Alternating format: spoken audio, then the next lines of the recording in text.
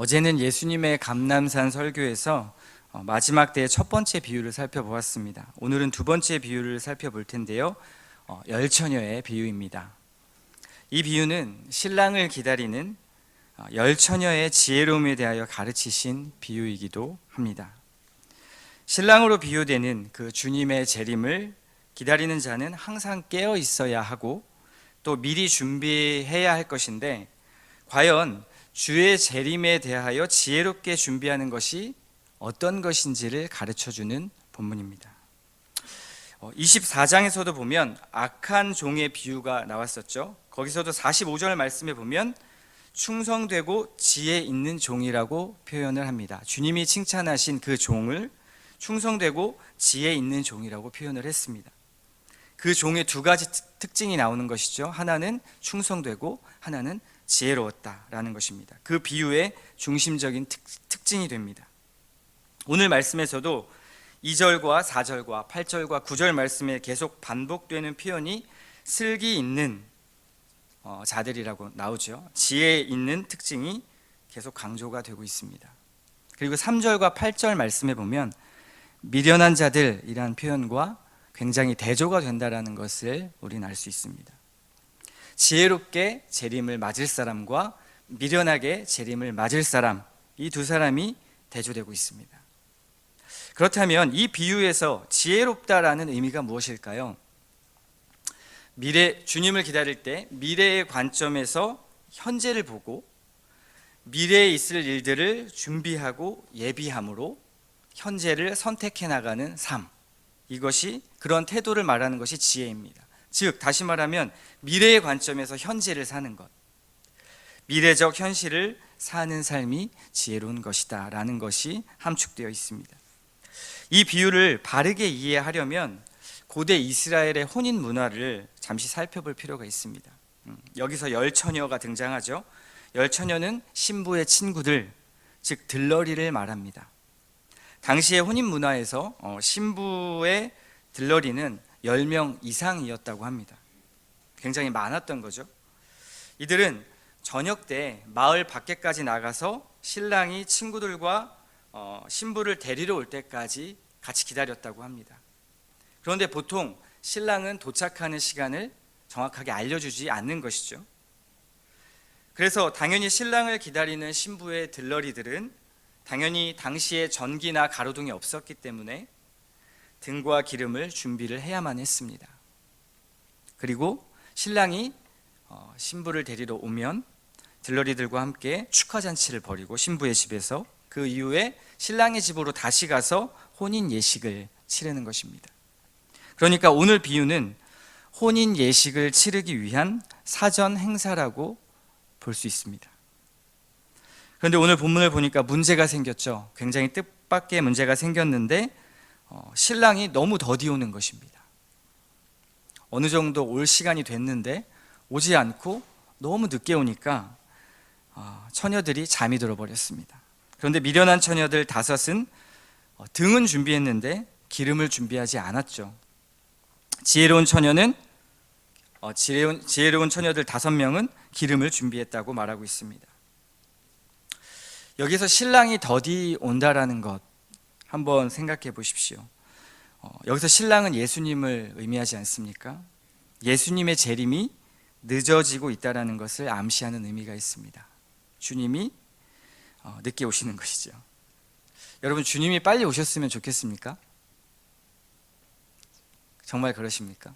저는 청년 때 이런 기도들을 하고 말씀을 들으면 주님 빨리 와주십시오, 마라나타 막 이렇게 하다가도 하나 기도했던 거, 근데 장가는 좀 가보고 가면 안 될까요? 오시면 안 될까요? 막 이런 기도를 했던 기억이 있습니다.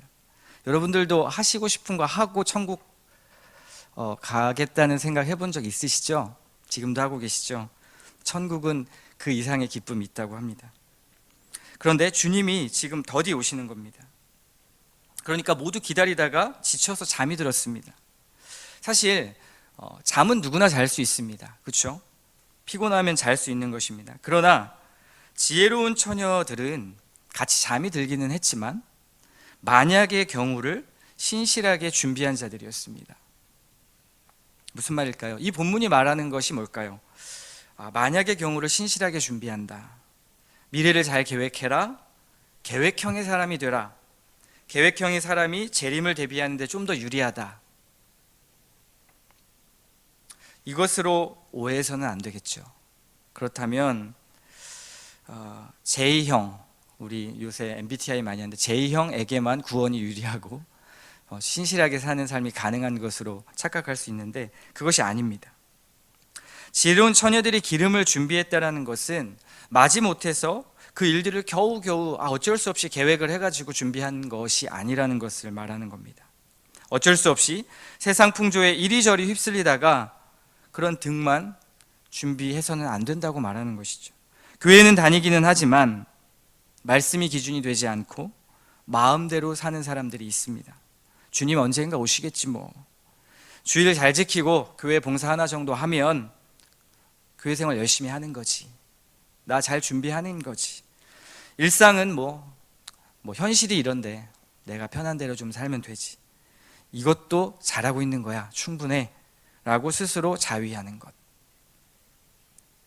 하지만 지혜롭다라는 의미는 뭘까요? 신랑이 올 것에 대한 간절한 마음이 있는 겁니다. 주님이 언제 오실까? 나의 사랑하는 주님. 그래서 그 주님을 실제로 지금 마주할 수 없으니 주님이 주신 그 말씀을 붙잡고 주님을 기대하고 주님이 좀 내 마음 가운데 우리의 삶 가운데 잊은 듯하면 다시 붙잡고 주님을 향하여 사랑을 고백하고 기도하는 삶인 것이죠. 같이 종교 생활을 하지만 완전히 다른 거죠. 비슷해 보이지만 완전히 다른 겁니다. 24장에서는 충성되고 지혜로운 종의 기다리는 모습이 의로운 모습으로 표현이 되었습니다. 근데 여기서는 뭘까요? 어리석은 처녀들과 달리 신실하게 그분을 사랑하는 마음으로 신랑을 기다리는 거죠. 그렇게 잠이 들었고 신랑이 더디 오셨습니다. 결국 신랑이 도착했는데요, 처녀들은 모두 일어나 다시 등을 준비합니다. 주님이 결국 오시기는 합니다. 그렇죠? 끝까지 안 오신 게 아닙니다. 더디 오셨다라고 이야기돼 있죠. 주님은 늦게 오시지만 분명히 오신다는 것을 상징하는 말씀입니다. 여러분, 주님은 반드시 다시 오십니다. 그런데 기름을 준비 못한 처녀들이 말합니다. 우리 등에 기름이 없는데 기름 좀 나눠주라. 여러분이라면 어떻게 하시겠습니까? 여러분이 등을 준비한 처녀라면 나눠주실 겁니까? 네, 웃고만 계시군요. 지혜로운 처녀들은 이렇게 말합니다. 너희들과 함께 쓰기에는 부족하니, 아주 냉정하게, 차라리 상점에 가서 기름 쓸 것을 좀 사오는 게 좋겠어 라고 말합니다. 이 장면을 보면 성경에 나누는 것이 더 복되다라고, 주는 것이 더 복되다라고 말씀하셨잖아요. 그래서 기름 좀 나눠주지, 너무 이기적인 거 아니야? 라고 생각할 수도 있습니다. 하지만 그것은 비유를 바르게 읽는 방법이 아닙니다. 이 비유가 뭘 강조하고 있는지를 보셔야 됩니다. 미련한 5 처녀는 기름을 사러 간 사이에 혼인잔치에 들어갈 기회를 나중에 놓치고 말죠. 그 이후에 문을 열어달라고 막 애원을 하는데 이미 늦어버려서 그 주인은 문을 열어주지 않는다고 또 성경은 기록합니다. 그럼 또 이렇게 생각할 수 있죠. 아니, 늦게 왔어도 기름을 사왔는데 문 좀 열어주면 안 되나? 너무 째째하신 거 아닌가? 긍휼이 없나? 이렇게 생각할 수도 있지만 이것도 바르게 비유를 읽는 독법이 아닌 거죠. 이 말씀은 구원은 개인이 나누어 쓸 수 있는 게 아니라는 걸 가르쳐 주고 있습니다. 구원은 개별적인 거죠. 우리 지난 금요일 아이자야 61 때 그 오장성 목사님이 구원은 공동체적인 것이다 라고 이야기를 했습니다. 근데 그 공동체적인 것이 무엇인가라는 것은 개인적인 구원이 전제되어 있는 공동체의 구원을 말하는 것입니다. 하나님 나라와 교회, 구원의 역사도 공동체적입니다. 여기서 공동체라는 의미는 한 개인의 부르심이 모여져서 한 공동체를 이루는 거죠. 어제 서로 하나 마지막 나눔책 철로 역정을 봤는데요, 거기 마지막 장면에 주인공이 크리스천이라는 사람이 있고 크리스천의 아내가 있는데 그 아내 크리스티아나와 무리들이 새 예루살렘 성으로 마지막에 천국을 향해 딱 들어가는 장면이 나옵니다. 굉장히 많은 무리들이 있는데 그 성에 들어가는 장면은 무리가 한꺼번에 슝 하고 올라가는 게 아니라 한 사람씩 주님이 부르시고 들어가는 장면으로 묘사가 됩니다. 아주 신앙이 좋고 담대하고 신실했던 자들도 한 사람씩, 비록 좀 연약하고 의기소침, 심약, 겉보로 표현되는 그러한 성도들도 한 사람씩 구원을 받고 그렇게 부르심을 받는 장면이 나옵니다. 아주 영광스러운 장면이죠. 하나님과 나와의 관계는 인격적인 1대1의 관계입니다. 누군가의 대리로 되는 것이 아니죠. 부모가 아무리 잘 믿고 3대, 4대, 5대 가정이라 할지라도 끝까지 자녀가 그리스도를 거부한다면 구원을 부모의 신앙으로 나눴을 수 없다라는 말입니다. 모든 하나님의 구원의 타이밍이 지나고 나중에 후회해서 주님 앞에서 문을 두드려도 소용이 없습니다. 하나님은요, 충분한 기회를 주십니다. 그래서 주님이 더디 오시는 거죠. 사실 주님의 더디 오심은 은혜입니다. 저와 여러분들을 위해서 주님이 더디 오고 계십니다. 믿지 않는 세상의 안타까운 영혼들을 향해서 주님은 더디 오십니다. 또 신실한 자들에게는 나는 이제 주님 믿었으니까 천국 가겠지, 됐어 라고 하는 것이 아니라 하나님은 어떤 걸 원하십니까? 그 믿지 않는 영혼들을 향한 애끓는 하나님 아버지의 마음을 우리가 갖기를 원하는 거죠. 나 믿었으니까 이제 천국 가겠네가 아니라 하나님 아버지의 마음이 우리에게 있기를 원하시는 거죠. 그래서 주님이 우리를 광야로도 이끄시고 이 모양 저 모양으로 우리를 다루시는 거 아니겠습니까? 하나님은 충분한 말씀과 권면으로 지금도 저와 여러분에게 매일매일 기다리십니다. 사람을 통해서, 말씀을 통해서, 공동체를 통해서 여러분을 부르고 계시죠. 어쩌면 우리가 주님을 기다리는 듯 하지만 사실 주님이 우리를 기다리고 계시고 있다는 생각이 들 정도입니다. 우리가 인내하는 것 같지만 오히려 주님이 우리를 인내해 주고 계시는 거죠. 우리가 깨어 있을 때까지 말입니다. 신자가 주님을 지혜롭게 기다리는 것, 등과 기름을 잘 준비한다라는 의미가 뭘까요? 오늘 비유로 보자면 신랑이 오기까지 그 기름을 준비하여서 불빛을 환하게 비추는 기다림을 말하는 것입니다. 때로는 잠이 들 것입니다. 기대치 않았던 어둠과 밤이 찾아올 것입니다. 저와 여러분에게요. 피곤하고 지쳐서 낭망하고 좌절을 겪을 때도 있을지 모르겠습니다. 아니, 그런 날이 더 많습니다. 더 많은 인내를 요구하는 시련과 고난이 우리에게 끊이지 않고 오히려 또 반대로 삶이 너무 단조롭고 평안해서 주님이 그냥 그다지 필요 없어 라고 느껴지는 그러한 심각한 위기에 처할 수도 있습니다. 그때 우리는 밝게 비출 기름이 필요합니다. 신랑이 올 때까지 환하게 비춰줄 그 빛이 되는 것이 신자의 삶이기 때문에 그렇습니다. 세상을 비추신 그리스도의 그 빛 아래 오늘 하루 우리가 사랑하는 그 주님을 기다리고 기대하고 기도하는 거죠. 세상을 환하게 비출 신실하게 주님을 세상을 환하게 비춰주신 그 주님의 빛을 기대하며 주님을 사랑하며 오늘 하루를 살아갈 그 힘이 어디로부터 올까요? 여러분은 그 힘을 어디서 찾으십니까? 최근 몇 년간 우리 사회 트렌드는 이런 말들이 유행을 했습니다. 내일보다는 오늘, 미래보다는 지금 현재 이 순간, 해야만 하는 일보다는 하고 싶은 일 하는 거. 이것이 최근 몇 년간 우리 사회의 트렌드였습니다. 혹시 여러분도 그러신가요? 이 트렌드를 잘 따라가고 계십니까? 그런데 요즘 트렌드는 조금 바뀌었다고 합니다. 지극히 현실적으로 바뀌어서 놀 거 다 놀고 즐기면서 절대 뭔가를 이룰 수 없다, 행복은 없다 라는 이 냉혹한 현실을 직시하도록 만들고 또 그것에 대한 발언에 많은 공감을 받고 있는 것을 보게 됩니다. 그런 흐름에 요즘 인기 많은 예능 프로 서장훈이 나오는 무엇이든 물어보살 보신 분 계시죠? 네, 그리스도인이 물어보살을 보시면 안 됩니다.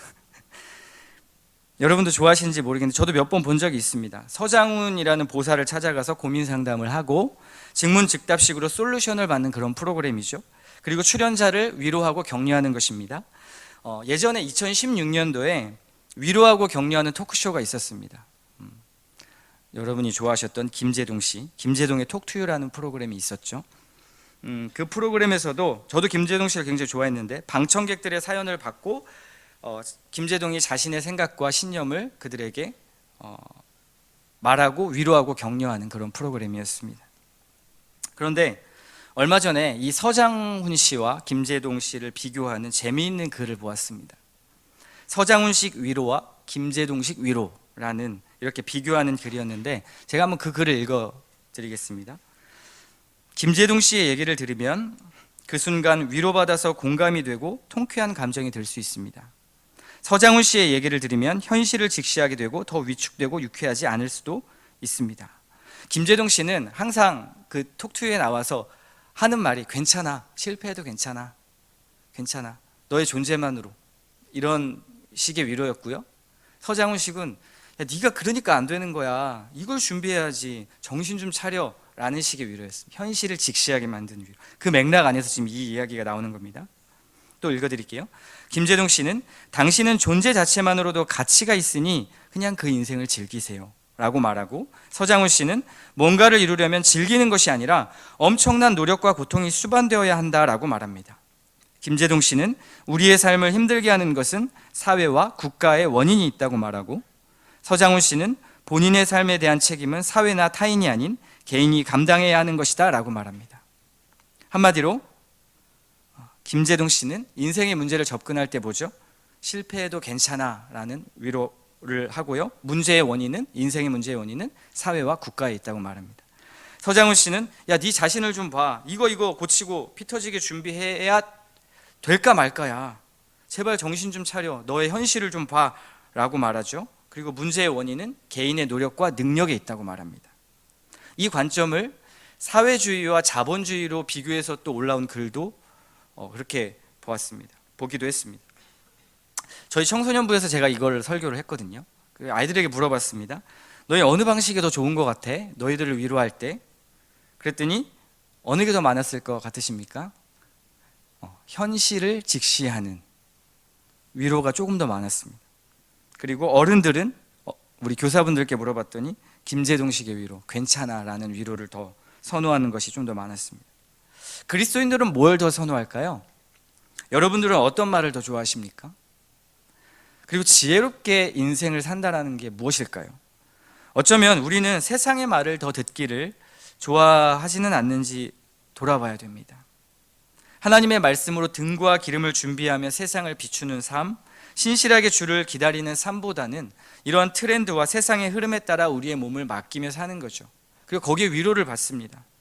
말씀의 파도에 우리의 몸을 맡겨야 하는데, 물질과 안락, 성취와 내가 원하는 대로, 내 느낌대로, 내 욕구대로 그 욕구의 파도에 몸을 맡기고 사는 것은 아닌지 우리는 분별할 필요가 있다는 것이죠. 어쩌면 우리는 서장훈식 위로에, 어쩌면 김재동식 위로에 치우쳐 사는 삶을 살고 있지는 않은지 고민을 해봐야 하는 것입니다.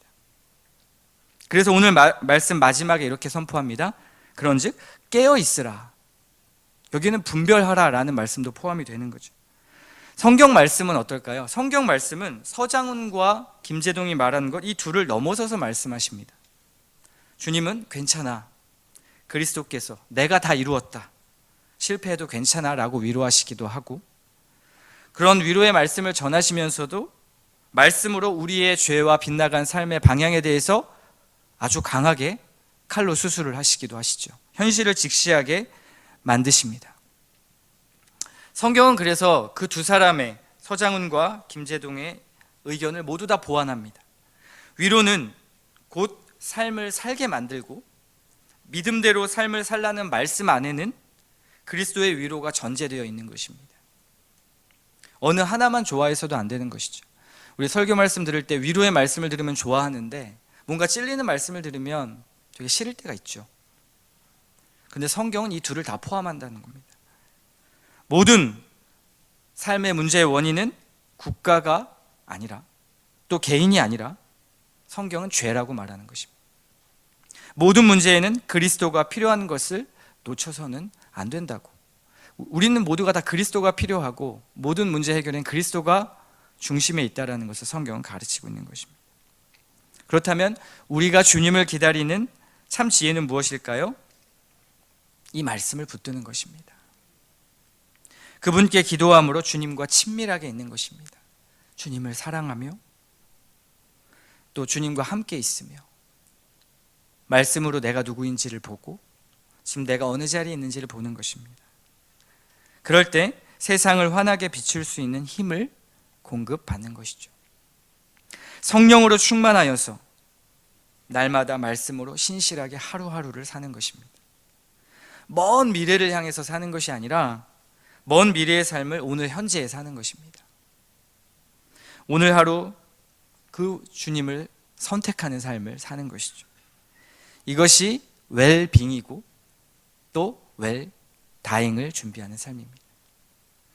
마지막으로 오늘 말씀 비유에 보면 지혜로운 처녀와 어리석은 처녀가 5명씩 나뉜 것을 한번 주목해서 보십시오. 누구와 함께 있느냐, 어디에 속해 있느냐도 주님의 재림을 기다리는 일에 매우 중요하다는 것을 볼 수 있습니다. 성령에 이끌려서 말씀으로 사는 공동체냐, 아니면 세상과 더불어서 가치를 쫓고 단순히 위로만 받고 삶의 변화는 없는 곳이냐, 또 반대로 위로는 하나도 없고 율법주의와 무엇을 하라고만 하는 공동체, 판단과 평가만 있는 능력주의의 공동체냐, 어디에 속했느냐에 따라서 주님을 기다리는 우리의 기다림의 하루하루는 달라질 것입니다.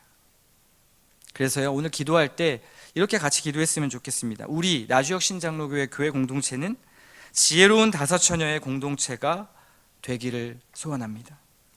주님 오실 날을 이렇게 지혜로운 처녀들처럼 준비하기를 원합니다. 주님을 사랑하고 말씀을 붙잡고 우리 각자와 또 우리의 가정도 다른 곳에서 주님을 찾는 것이 아니라 세상의 트렌드나 세상이 주는 위로에서 주님을 준비하는 지혜를 찾는 것이 아니라 오직 예수 그리스도로부터, 그분이 주시는 말씀으로부터 이 지혜를 찾게 해달라고, 그래서 그 지혜를 붙잡고 주님 앞에 기도할 수 있는 우리의 마음과 열정을 부어달라고 이 아침에 기도하는 저와 여러분이 되시기를 주님의 이름으로 축원합니다.